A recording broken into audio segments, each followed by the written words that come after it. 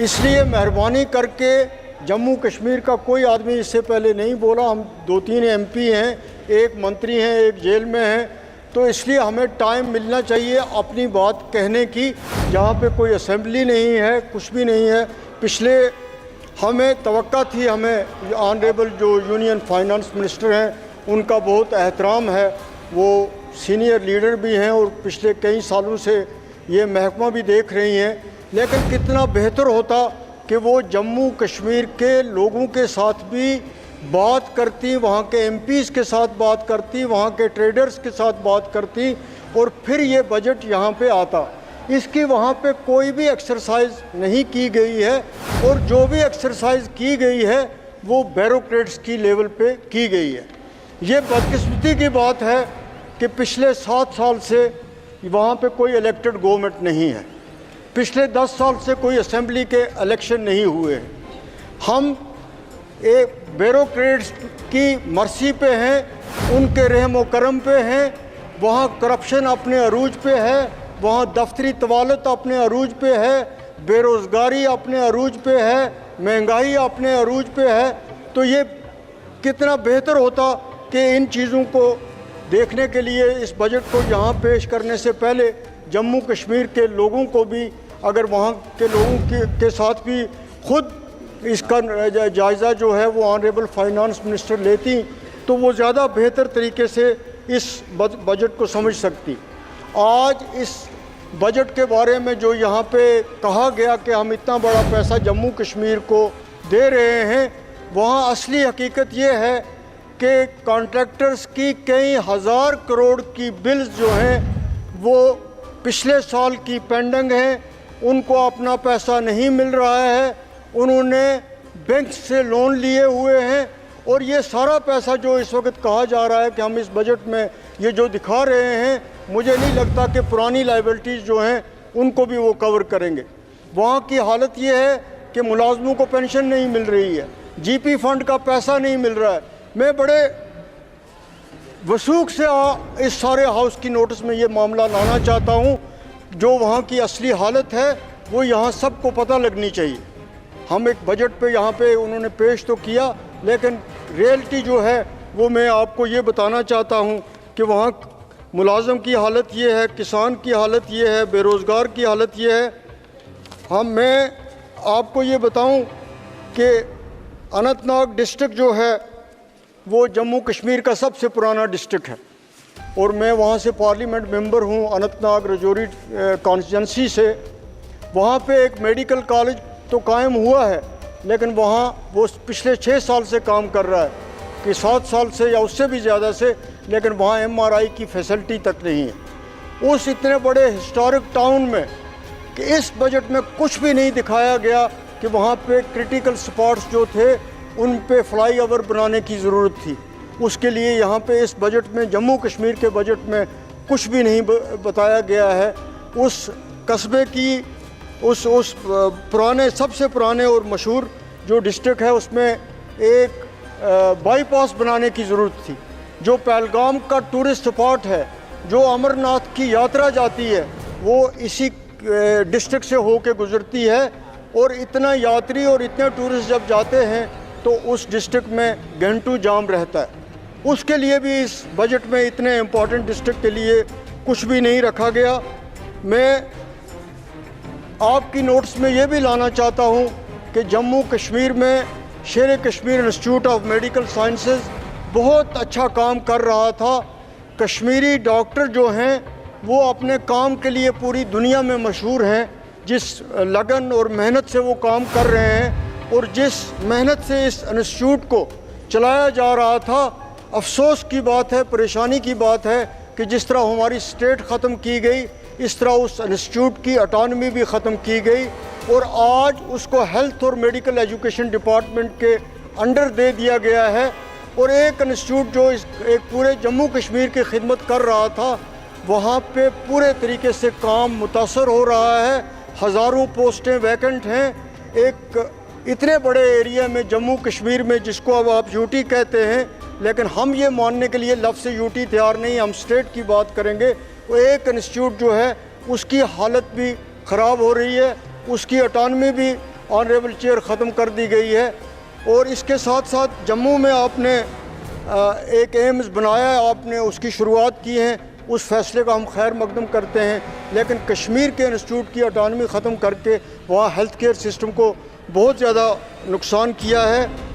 इसके साथ साथ जो हिली डिस्ट्रिक्ट्स हैं, बॉर्डर डिस्ट्रिक्ट्स हैं रजौरी और पुंछ के, वहाँ पे सर इस बजट में उन डिस्ट्रिक्ट्स के लिए कुछ भी नहीं रखा गया है।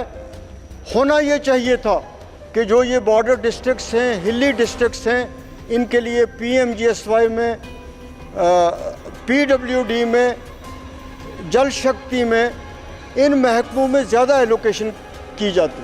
वहाँ सड़क, वो मेरा पार्लियामेंट्री सेगमेंट है, वहाँ इतनी बुरी हालत है सड़कों की, वहाँ उनको हिस्सा नहीं मिल रहा है। स्टेट की जो एलोकेशन हो रही है वो उस बुनियाद पे नहीं हो रही है जहाँ पे ज़रूरत है।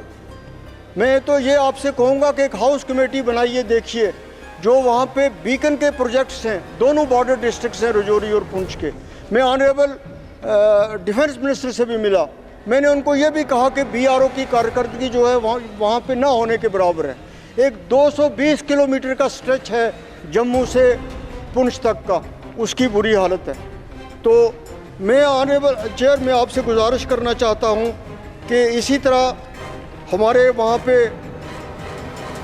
कैजुअल लेबर्स हैं, डेली वेजर्स हैं, वो पिछले कई सालों से उनको तनख्वाह नहीं मिल रही है। एक और बड़ा अहम प्रोजेक्ट है, उस पर कोई पेशरफ्त नहीं हो रही है। एक कुलगाम डिस्ट्रिक्ट से रामबन डिस्ट्रिक्ट के साथ दमाल हांजीपुरा से मोहर के साथ एक सड़क का प्रोजेक्ट था, वो प्रोजेक्ट पिछली सरकार में शुरू हुआ था, उस पर काम बंद पड़ा हुआ है और बहुत ज़्यादा लोग जो हैं वो उस प्रोजेक्ट की वजह से सफ़र कर रहे हैं। कैजुअल लेबर, डेली वेजर्स जो भी हैं, उनको कोई वेज नहीं मिल रहे हैं। इसके साथ साथ एक बात जो है, सुबह मैंने उसके लिए सप्लीमेंट्री पूछने की कोशिश भी की थी कि दिल्ली और श्रीनगर के दरमियान जो हवाई जहाज़ है वो सबसे महंगा है हिंदुस्तान में। अगर वहाँ टूरिस्ट जा रहा है तो उसका मतलब ये नहीं है कि आम आदमी जो है वो ये बेचारा उस पेशेंट है। एक मैं मेंबर पार्लियामेंट हूँ, अगर मुझे इतना किराया रोज़ देना पड़ेगा, आप जो मुझे दे रहे हैं वो तो 1 महीने में 2 महीने में ख़त्म हो जाएगा। और कोई भी एयरलाइंस पे कंट्रोल नहीं है, ख़ास तौर पे जो श्रीनगर और ये रूट है इस पे कोई कंट्रोल नहीं है कि यहाँ पे जो मर्ज़ी है जिस एयरलाइंस की जो किराया वो मुकर्रर करे वो करती है, लेकिन वहाँ पे किसी इंसाफ के साथ काम नहीं लिया जा रहा है।